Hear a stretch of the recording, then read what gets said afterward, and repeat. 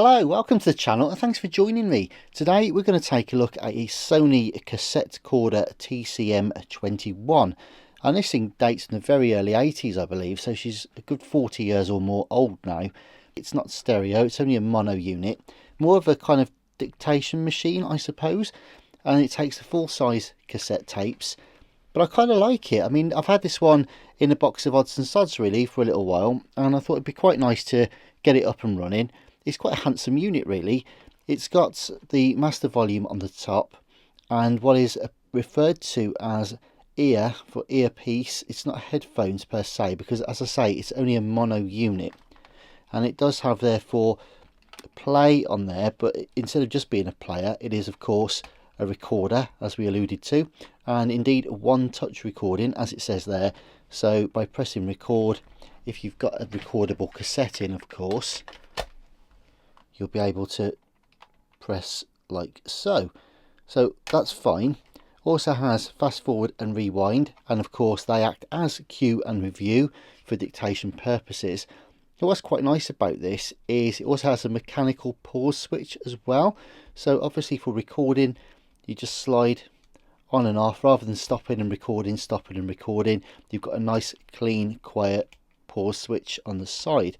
So there's your microphone in just on the side there, and as I say, you've got your earpiece on the top for headphone listening, but there is also a built-in speaker on the back as well, which is quite nice, so you don't have to always have your earphones in. And you've got a couple of little standoffs on the back as well, so that if you wanted to, you can rest that on the desk and it'll hold it off the desk 2 or 3 millimeters, so it'll allow the sound to come out and actually probably act as a bit of an amplifier, to be fair. So all good there then. Now this particular one, it's in lovely condition actually. It's grubby, it's dirty. I got it as part of a consignment quite a long time ago, and I'm just working through some sort of odds and ends, as I say, at the moment. But it's got a dodgy battery terminal on it. I think one of them is a bit corroded, and it's playing really slow. It's really dragging. So I thought, you know what, these are quite rare units. I know that some people do still use them, so it'd be quite nice just to get in there, change the belts, clean up the battery terminal, reset the cassette speed, give it a clean and polish. And if nothing else, this is a quick, cheap and cheerful video just as an archive for the TCM-21 for anyone that's interested in getting hold of one, or if somebody wants to service their own. So I think that's enough by way of an introduction. So the first thing we'll do is, I think, get it apart, see what's inside. So the first thing we want to do then is just get rid of the tape, of course. And there are just 5 screws on the back, so we'll get those out. Oh, by the way, I alluded to the batteries just now. It takes 2 AA cells, so 3 volts, but you can also plug it in directly if you're based at a desk all day via the adapter on the side. Right, let's get these screws out.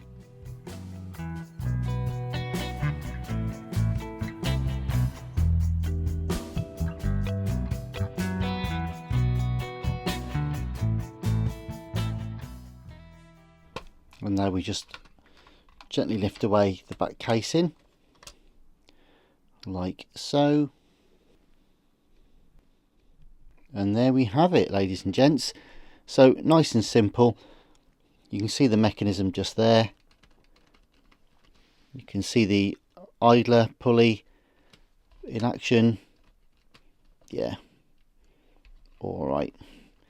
Yeah, the belts look a little bit on the loose side for this, so we'll get those off in a minute.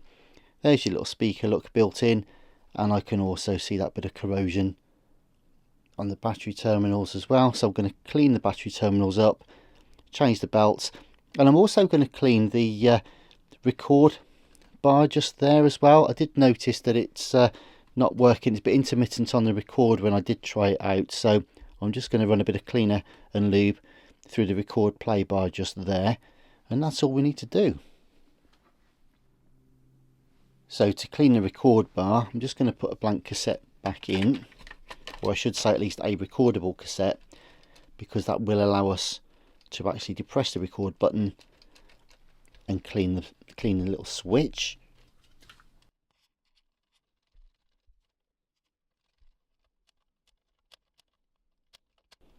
That should do it. Right, next job then, the belts.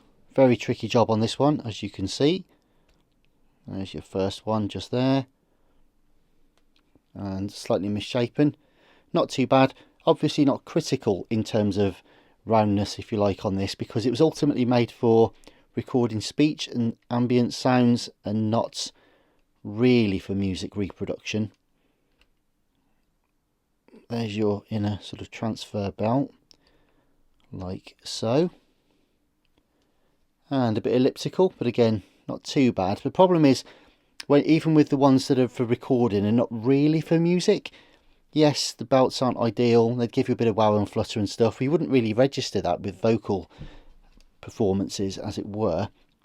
But as much as anything, it's the irregular run-in and the possibility of it slipping or not rewinding or fast forward properly and stuff like that. So we're still just going to replace them now.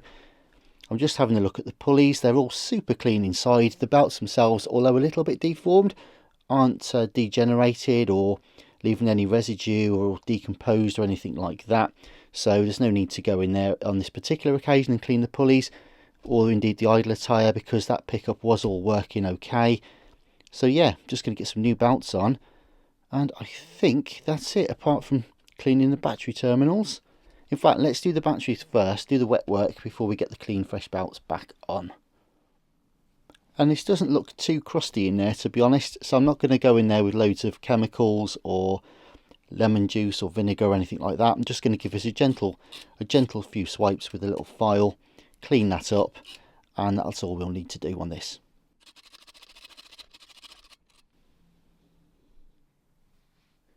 Okay, well, I've cleaned the contact as much as I think I need to, so I've just got the multimeter here on continuity, and I'm just going to test from the spring onto the board. Yeah, that's fine. That'll give us all the power we need. Okay, so now time to get the belts on then, and what we'll do is get the lowest belt on first. Just got to make sure it goes on the correct pulley on the bottom of the flywheel.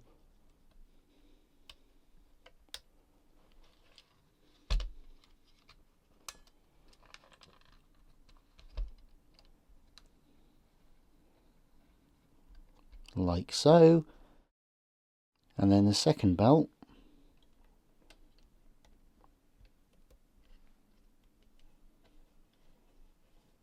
Make sure there's no twists in there.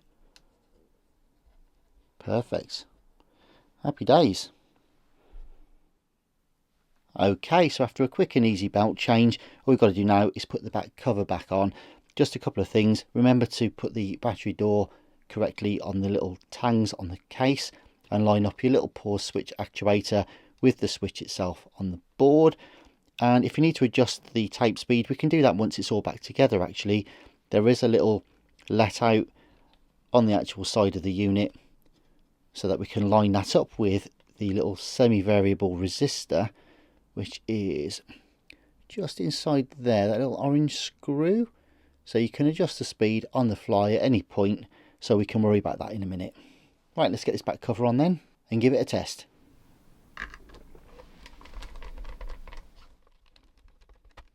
Okay, well, let's get some batteries in then. That will allow us, of course, to first check that the battery terminal is nice and clean, and we can also set the speed as well. So here we go then.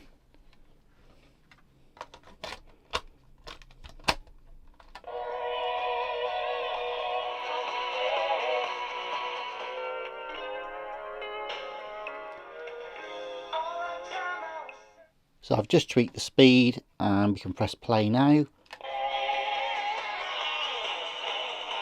And rewind, fast forward, stop, play. Perfect. Okay, good stuff. So we know the battery terminal works, both the belts are working nicely, speed's adjusted. Just going to give it a bit of a clean, and then we'll have a proper listen to it.